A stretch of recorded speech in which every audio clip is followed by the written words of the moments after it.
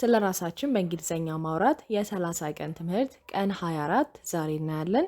ሰላም ውድ ተማሪዎቼ እንደምን ቆያችሁ? እኔ ደህና ነኝ ይመስገን። በቀን 23 ትምህርታችን ላይ ማይ የሚለውን የእንግሊዘኛ መነሻ ንግግር በመጠቀም ስለራሳችን ሙሉ መረጃ መናገር እንችላለን ተባብለናል። በዛም መሰረት ስማችንን፣ እድሜያችንን፣ ዜግነታችንን እንዲሁም ደግሞ ሀገራችንን እንዴት እንደምንናገር አይተናል። በትምህርቱ መሰረት ፈተና ነበረ። ፈተናውንም ወደ 10 የምትሆኑ ተማሪዎች በ2 ቀን ውስጥ በቴሌግራም ተሳትፎ አድርጋችኋል። የሁላችሁንም አዳምጫለሁ። ጥሩ ነበር። ነገር ግን ስህተትም ስላገኘሁበት እዛው ቴሌግራም ላይ አስተያየት ሰጥቼበታለሁ።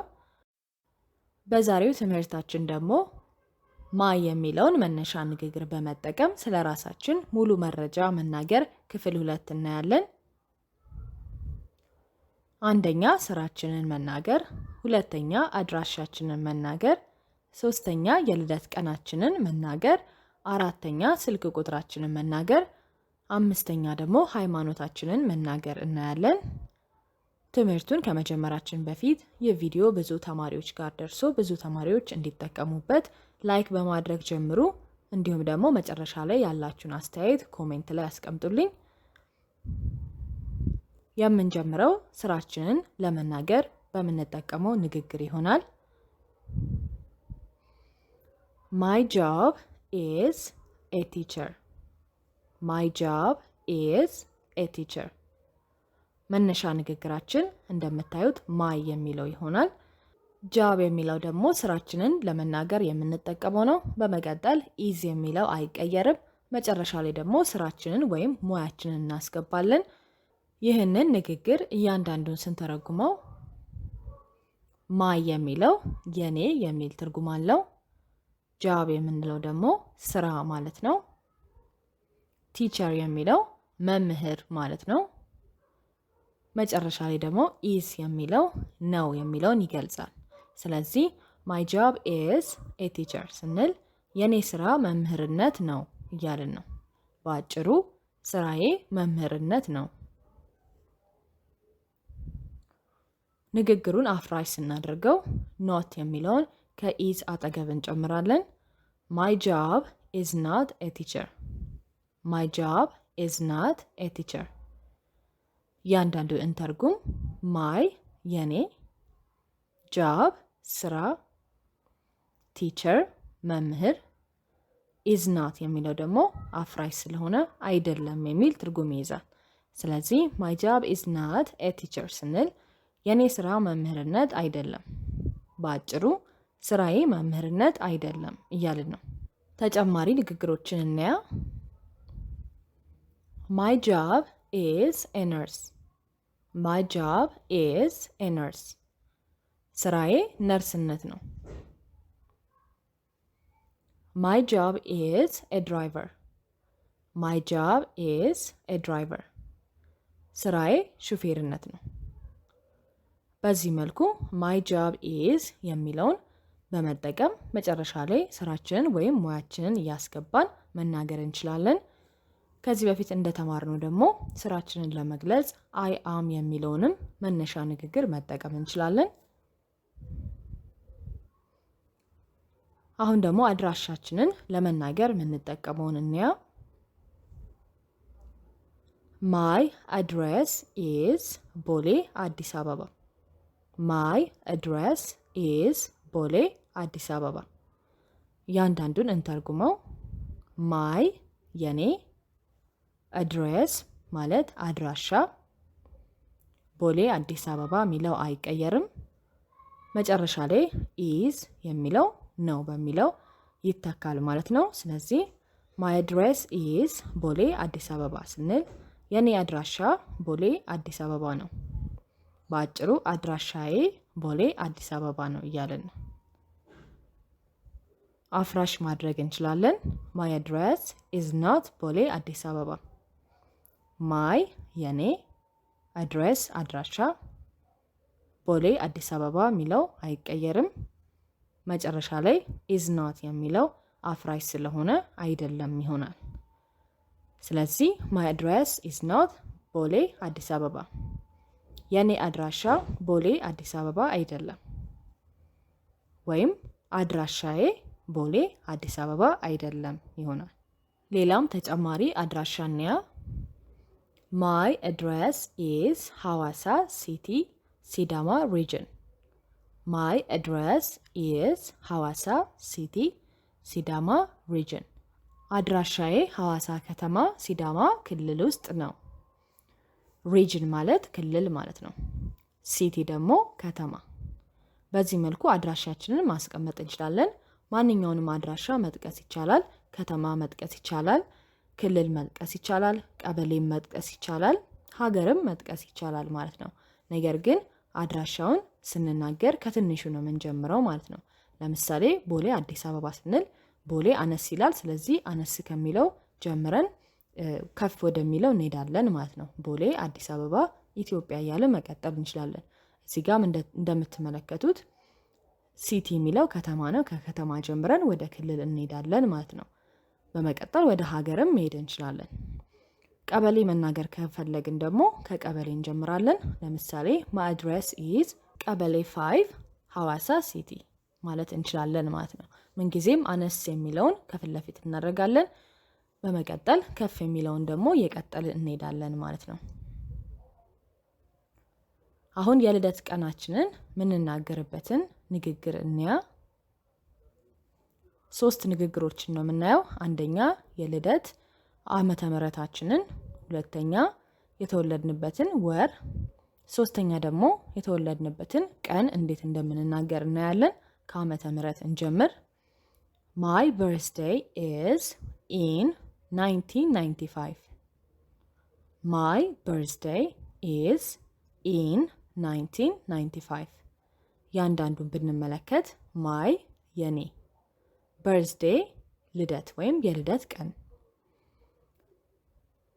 1995 የሚለው 1995፣ is የሚለው ደግሞ ነው በሚለው ይተካል ማለት ነው። ስለዚህ my birthday is in 1995 ስንል የኔ ልደት 1995 ነው። በአጭሩ ልደቴ 1995 ነው እያልን ነው።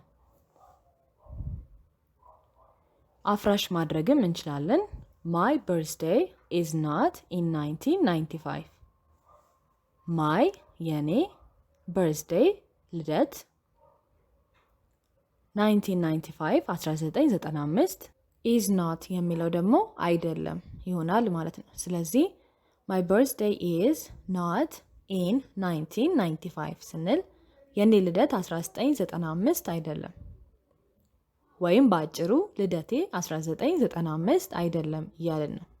የተወለድንበትን ዓመተ ምህረት በዚህ መልኩ እንናገራለን። በመቀጠል የተወለድንበትን ወር እንዴት እንደምናወራ እንያ።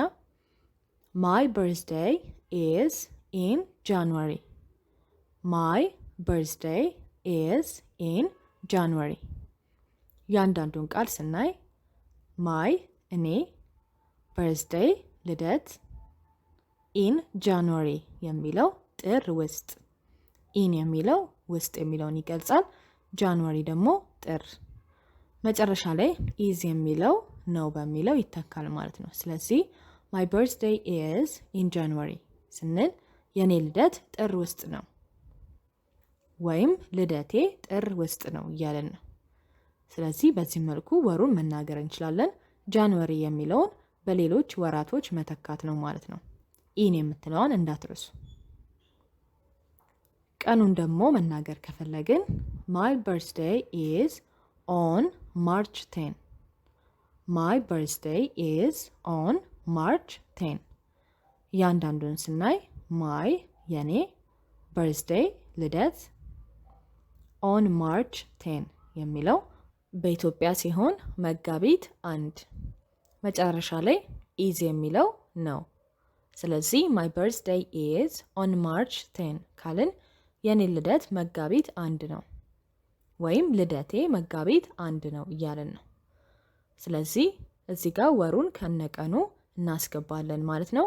በውጮች አቆጣጠርና በእኛ አቆጣጠር ይለያያል። ስለዚህ እሱን ቀይረን ነው የምናስቀምጠው ማለት ነው። እንዲሁም ደግሞ ቀኑን ስንናገር ኢን በሚለው ቦታ ላይ ኦን የሚለውን ነው የምንጠቀመው። ቅድም ወሩን ብቻ ስንናገር ኢን ብለናል። አሁን ደግሞ ከነቀኑ ስንናገር ኦን የምትለዋን እንጠቀማለን። አሁን ደግሞ ስልክ ቁጥራችንን እንዴት እንደምንናገር እንያ። በጣም ቀላል ነው። My phone number is 09 ይላል። My phone number is 09። ያንዳንዱን እንመልከት። My የኔ፣ ፎን ነምበር ማለት ስልክ ቁጥር ማለት ነው። ፎን ስልክ ማለት ነው፣ የእጅ ስልክ። ነምበር ደግሞ ቁጥር። 09 የሚለው 09 መጨረሻ ላይ ኢዝ የሚለው ነው በሚለው ይተካል። ቁጥሩን የራሳችሁን ቁጥር ትተኩበታላችሁ። ረዘም እንዳይል ነው 09 ብቻ ያረኩት። ስለዚህ የትኛውንም አይነት ቁጥር መደርደር ነው ማለት ነው። አንድ ላይ ስናነበው my phone number is 09 የኔ ስልክ ቁጥር 09 ነው፣ ወይም ስልክ ቁጥሬ 09 ነው ይሆናል። ስለዚህ መጨረሻ ላይ የራሳችንን ቁጥር እናስገባለን። ያንዳንዱን ቁጥር ስሙን እንጠራዋለን ማለት ነው። እዚህ ጋር 09 እንዳልነው 2 የሚቀጥል ከሆነ 092 እያልን ያንዳንዱን ቁጥር መጥራት ነው ማለት ነው። አፍራሽ ማድረግ እንችላለን። ኖት የሚለውን መጨመር ነው። my phone number is not 09 my የኔ፣ ፎን ነምበር ስልክ ቁጥር 09 is not አይደለም። ስለዚህ አንድ ላይ my phone number is not 09 ካልን የኔ ስልክ ቁጥር 09 አይደለም፣ ወይም ስልክ ቁጥሬ 09 አይደለም ይሆናል ማለት ነው። መጨረሻ ላይ የምናየው ሃይማኖታችንን መናገር ነው። my religion is Christianity my religion is Christianity ያንዳንዱን my የኔ፣ religion ማለት ሃይማኖት ማለት ነው። Christianity ማለት ደግሞ ክርስቲያን፣ is የሚለው ነው። ስለዚህ my religion is Christianity ካልን የኔ ሃይማኖት ክርስቲያን ነው፣ ወይም ሃይማኖቴ ክርስቲያን ነው ይሆናል። ስለዚህ ንግግራችንን የምንጀምረው my religion is በማለት ይሆናል። መጨረሻ ላይ ሃይማኖታችንን ማስገባት ነው። አፍራሽ ማድረግም ይቻላል። my religion is not Christianity my የኔ፣ religion ሃይማኖት፣ Christianity ክርስቲያን፣ is not አይደለም። my religion is not Christianity የኔ ሃይማኖት ክርስቲያን አይደለም፣ ሃይማኖቴ ክርስቲያን አይደለም። በሌሎች ሃይማኖትን ብናይ my religion is Islam my religion is Islam ሃይማኖቴ እስላም ነው። ክርስቲያን ውስጥ ደግሞ በደንብ መናገር ከፈለግን my religion is Orthodox my religion is Orthodox ሃይማኖቴ ኦርቶዶክስ ነው። my religion is Protestant my religion is Protestant ሃይማኖቴ ፕሮቴስታንት ነው። my religion is Catholic my religion is Catholic ሃይማኖቴ ካቶሊክ ነው። በዚህ መልኩ ሃይማኖታችንን መናገር እንችላለን። ነገር ግን I am የሚለውንም መነሻ ንግግር በመጠቀም ሃይማኖት መናገር ይቻላል። I am Catholic I am Orthodox I am Protestant I am Muslim እያልን መናገር እንችላለን ማለት ነው። ክርስቲያን ስንል መጠንቀቅ ይኖርብናል። I am ብለን ከጀመርን I am Christian እንላለን። my religion ብለን ከጀመርን ግን my religion is Christianity ቲ የምትለዋ መጨረሻ ላይ ትጨመራለች ማለት ነው። የዛሬን ትምህርት ጨርሰናል። ወደ ፈተና ከመሄዳችን በፊት ቀን 23 ላይ ተሳትፎ ያደረጉ ተማሪዎችን እንጠራለሁ። አስራት፣ መቅደስ፣ ሮዛ፣ ዳዊት፣ ሰላም፣ ሳላዲን፣ ኢክራም፣ ኤልዳና፣ መሰረት። ሁላችሁም በርቱልኝ፣ ልምምድ አድርጉ። ትንሽ ልምምድ ይቀራችኋል። ሁላችሁም በደንብ ልምምድ አድርጉ። በተረፈ ቆንጆ ነው የተናገራችሁት። ወደ ዛሬው ፈተና ስንመጣ አንደኛ ስራችሁን መናገር፣ ሁለተኛ አድራሻችሁን መናገር፣ ሶስተኛ የልደት ቀናችሁን መናገር፣ አራተኛ ስልክ ቁጥራችሁን መናገር፣ አምስተኛ ሃይማኖታችሁን መናገር፣ በአጠቃላይ 5 ንግግሮች ብቻ ነው የምትናገሩት። ስለራሳችሁ ትክክለኛውን መረጃ ተናገሩ። ኖት የሚለውን ንግግር ደግሞ መጠቀም አይጠበቅባችሁም። 5ቱን ብቻ በትክክለኛው ንግግር ኖት ሳይገባበት አፍራሽ ሳይገባበት ተናገሩ። እንደተለመደው ተሳትፎ የምታደርጉት ከታች በምታዩት የቴሌግራም አካውንት ወይም የመጀመሪያ ኮሜንት ላይ በማስቀምጥላችሁ የቴሌግራም አካውንት ይሆናል። ሁላችሁም ተሳትፎ አድርጉ። የሁላችሁንም እያዳመጥኩኝ እዛው አስተያየት የምሰጥበት ይሆናል። በሚቀጥለው ትምህርት ላይ እንገናኛለን። ቻው ቻው።